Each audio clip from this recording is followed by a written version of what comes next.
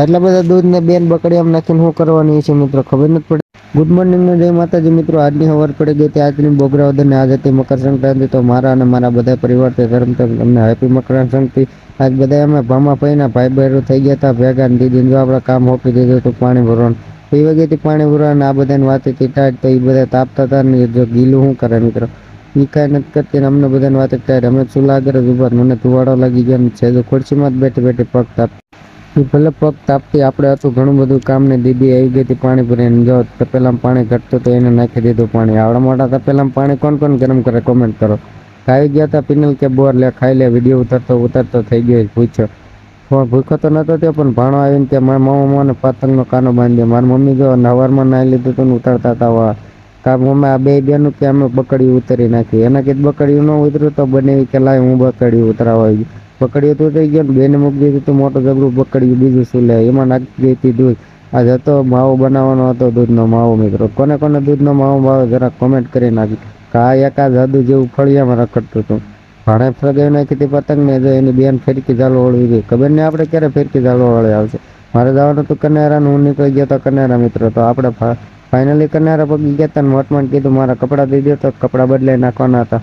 કપડાં બદલાવીને જવાનું હતું વાવડી. એ પેલા મને લાગી ગઈ હતી થોડીક ભૂખ તો મેન રવિયા કરીને નાસ્તામાં ઘણી બધી વસ્તુ હતી મિત્રો. પછી નાસ્તો કરીને આવી ગયા હતા ભાઈબંધના ધાબામાંથી ઘડીક વાર પતંગ ચગાવો. પતંગ ચગાવીને જો મજા આવી ગઈ હતી.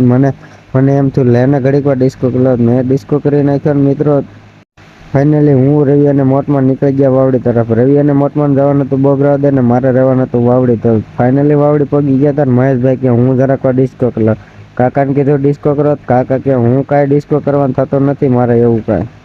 કાકાએ તો ડિસ્કો કર્યો નહીં ને અમે બધા ભાઈબંધ પતંગ ધાબામાંથી આવી ગયા હતા પતંગ ચગાવવા. દો કેટલા બધા ભાઈબંધ થઈ ગયા હતા. આ ભાઈબંધ કે હું તો આજ તો પતંગ ચગાવવાનો નથી લૂંટવાનો છે.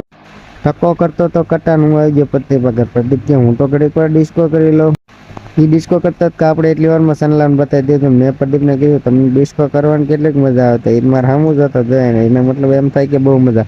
મહેશભાઈ કે હું આજ તો છક્કો મારીને બેટ કાપી નાખું. હાંજ પડી ગઈ હતી ને આપણે જવાનું હતું રાતે બોગરાવદર. કારણ કે ના દાળ બાટીનો પ્રોગ્રામ હતો ને જો બધા 5-6 ભાઈબંધ હતા બધા નીકળી ગયા હતા બોગરાવદર 3 વાર જવા માટે. વયસમાં આવી ગયું ભાડલા ગામને ફારૂકભાઈ દુકાને ઉભા રહી ગયા હતા પાન ખાવા. ફારૂકભાઈ દુકાન કોને કોને ખબર છે મિત્રો ભાડલામાં આવેલ. ફાઇનલી આપણે પોગી ગયા હતા બોગરાવદર ને બોગરાવદર પોગીને જોયું કે આ બધા ખાવા બેસી ગયા હતા. પછી અમારો વારો આવી ગયો ને અમે ખાવા બેસી ગયા. એક દાળની ચમચી ભરીને આપણે ખાધું કા મિત્રો. આપણને મજા આવી ગઈ હતી ને આપણું મોઢું જો કેવું થઈ ગયું દાળની ચમચી ભરીને ખાધું. મજા આવી ગઈ હતી ને જો મિત્રો આવા નવા અમારા મિની વ્લોગ જોવા હોય તો અમારી ચેનલને લાઈક સબસ્ક્રાઈબ કરવાનું ભૂલતા નહીં હો. ફૂલ વિડીયો જોવો ને તો અમારી જીજે કિંગ વ્લોગની ચેનલ છે એમાં આવી જશે સર્ચ કરી